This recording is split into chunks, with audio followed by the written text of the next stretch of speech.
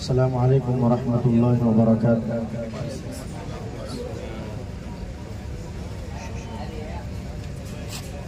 اعوذ باللہ من الشیطان الرجیم، بسم اللہ الرحمن الرحیم، الحمد للہ رب العالمین الرحمن الرحیم مالک یوم الدین،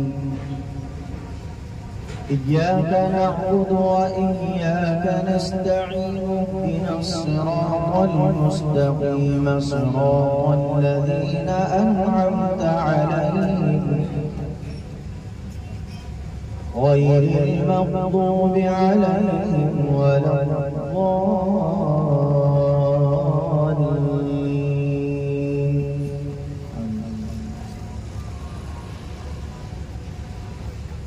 شروع کرتا ہوں اللہ کے نام سے جو نہایت مہربان اور رحم کرنے والا ہے، اور صلاۃ و سلام درود شریف کا نذرانہ جناب رسول اللہ صلی اللہ علیہ وسلم کی ذات اقدس پر درود شریف کا نذرانہ پیش کرتے ہوئے اللہ کی مدد و نصرت کے ساتھ دوست بزرگوں، یہ ہم سورہ فاتحہ کا درس شروع کر رہے ہیں۔ الحمدللہ گزشتہ ہفتہ درس تو شروع ہوا ہے لیکن تکمیل نہیں ہوئی، اور تکمیل آگے ہوگی،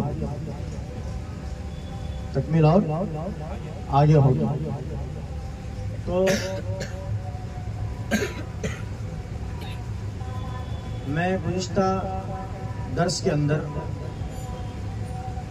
3 باتیں بتایا تھا، وہ باتیں تھوڑا بتا دیجئے، سفر آگے جلد سے جلد شروع ہوگا۔ قرآن مجید سورہ فاتحہ میں، پورے قرآن مجید میں بیسکلی بنیادی 3 مضامین ہیں۔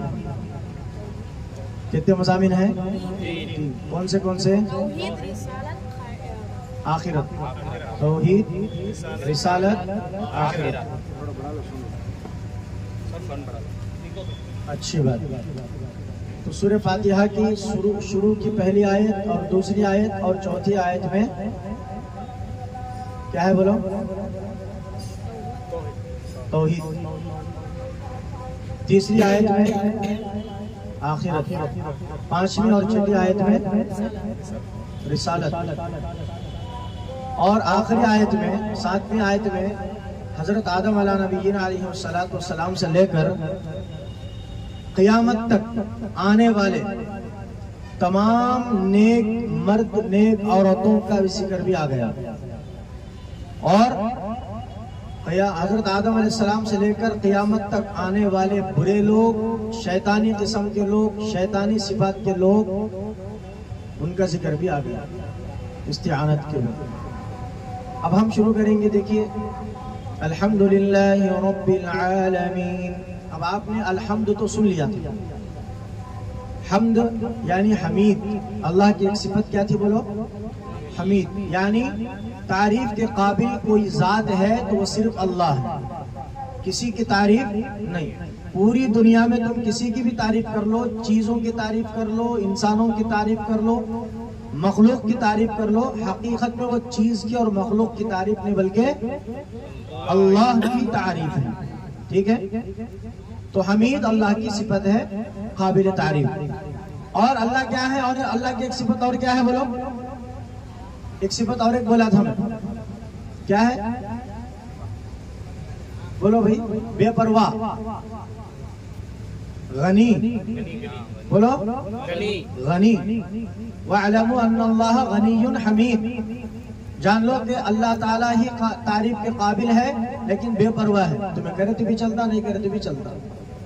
اچھا، اب دیکھیے اللہ کے نبی کے ناموں میں سے چند نام ہیں: احمد، حامد، حمید، محمود، یہ اللہ کے نبی کے نام ہیں۔ تعریف کیا ہوا، تعریف کرنے والا، سب سے زیادہ پوری دنیا میں تعریف کرنے والی ذات وہ نبی کی ہے جو اللہ کی تعریف کرنے والی ہے۔ حمید، حامد، محمود، یہ اللہ کے نبی کی صفت ہے. احمد. اچھا اب دیکھیے، اب یہاں الحمد کے بعد کیا ہے؟ للہ. للہ یہ اللہ کا ذاتی نام ہے جس کو اسم ذات کہتے ہیں. کیا بولتے ہیں؟ اسم ذات. یعنی خدا بھی بولتے ہیں نا ہم لوگ، خدا بولتے ہیں، اللہ بولتے ہیں. یہ خدا فارسی لفظ ہے اور گاڈ یہ انگلش کا لفظ ہے. لیکن فارسی کا لفظ خدا، انگلش کا لفظ گاڈ، یہ دونوں کسی اور کے اوپر ان کا اطلاق ہو سکتا ہے. کسی کے اوپر بھی ہم اس کو یہ کر سکتے ہیں. لیکن اس میں ذات اللہ، یہ صرف اور صرف اللہ کی ذات کے علاوہ کسی پر اطلاق نہیں ہو سکتا. یہ یاد رکھنا. جیسا اللہ تعالیٰ نے قرآن مجید میں فرمایا، اَرَأَيْتَ مَنِ اتَّخَذَ إِلَٰهَهُ هَوَىٰ، کہ یہ لوگ نفس کو اپنا خدا بنائے بیٹھے ہیں. نفس کو اپنا خدا بنائے بیٹھے ہیں. دیکھیں یہاں خدا بولا، اللہ نے بولا. اچھا یہ اللہ کا اس میں ذات ہے. اللہ کے کتنے نام ہیں بولو؟ 99 نام ہیں. پورے مکمل 100 نام اللہ کے. کتنے؟ 100. 99 نام صفاتی، ایک نام ذاتی.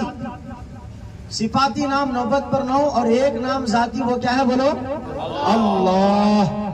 محبت سے بولو اللہ. خوش ہو رہا اللہ میرا نام لے رہے ہیں بیٹھ کے بول کے. بے شک. اچھا تو سمجھ میں آگے نا. اب چلیے، رب العالمین. تمام تعریفیں اس رب کے لیے، اللہ کے لیے ہیں جو رب ہے عالمین کا. کس کا بھائی؟ ہاں عالمین کا. رب کے معنی کیا ہے؟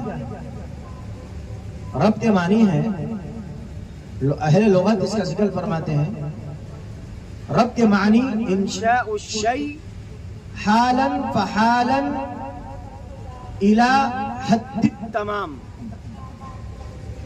انشاء الشیء حالا فحالا الى حد التمام، یعنی کسی چیز کو لمحہ بلمحہ، درجے بدرجہ ترقی دینا اور اس کو پالنا پوسنا اور اس کو کمال تک پہنچا دینا.